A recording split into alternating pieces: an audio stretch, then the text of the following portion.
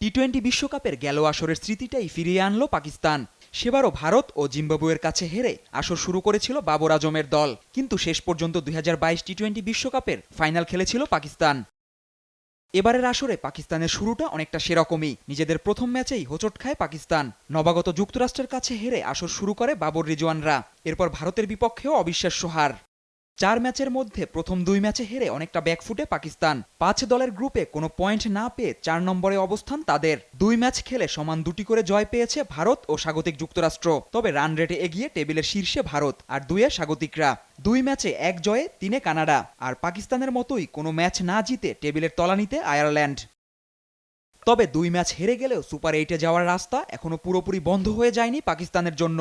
মিলাতে হবে অনেক যদি কিন্তুর হিসেব, তাকিয়ে থাকতে হবে অন্য দলগুলোর ফলাফলের দিকেও।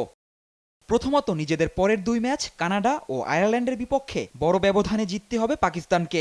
অন্যদিকে যুক্তরাষ্ট্রকে পরের 2 ম্যাচে হারতে হবে। ভারতকেও জিততে হবে শেষ 2 ম্যাচ। আয়ারল্যান্ডের কাছে যুক্তরাষ্ট্রের হার কামনা করতে হবে পাক সমর্থকদের। যদি সব হিসেব মিলে যায় তাহলে ভারত গ্রুপ চ্যাম্পিয়ন হয়ে যাবে পরের রাউন্ডে, আর পাকিস্তান যুক্তরাষ্ট্রের পয়েন্ট হবে সমান। 2 দলের মধ্যে রান রেটে এগিয়ে থাকতে পারলে ভাগ্য খুলতে পারে পাকিস্তানের। জুবায়ের রাজিন, স্পোর্টস ডেস্ক, দেশ টিভি।